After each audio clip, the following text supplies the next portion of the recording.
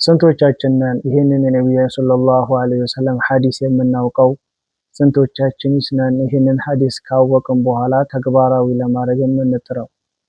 አነ ረጁላን ቃለ ሊነብዩ ሰለላሁ ዐለይሂ ወሰለም አንድ ሱሐቢይ ወደ ነብዩ ሰለላሁ ዐለይሂ ወሰለም መጣና ብሎ አላቸው፣ አውሲኒ ያ ረሱላላህ፣ አንተ የአላህ መልእክተኛ ሆይ ምክር ስጡኝ፣ ለኔ የሚጠቅመኝ የሆነውን ነገር ምከሩኝ ብሎ አላቸው።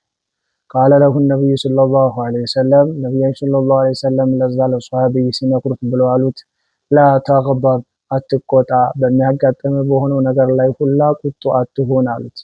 ከዛ ያ ሱሐቢዩ ፈረጀደ ሚራረን፣ ተደጋግሞ ጠየቃቸው፣ አረ ሌላም ነገር ምከሩኝ ብሎ ሲላቸው ነብያችንም አሁንም ላ ተግበብ፣ አትቆጣ አሉት። አሁንም ያ ሱሐቢዩ መልሶ አሁንም አውሲኒ፣ ሌላ አንድም አዲስ ነገር ጨምሩልኝ ብሎ ሲላቸው ነብያችን አሁንም ላ ተግበብ፣ አትቆጣ ብለው አሉት።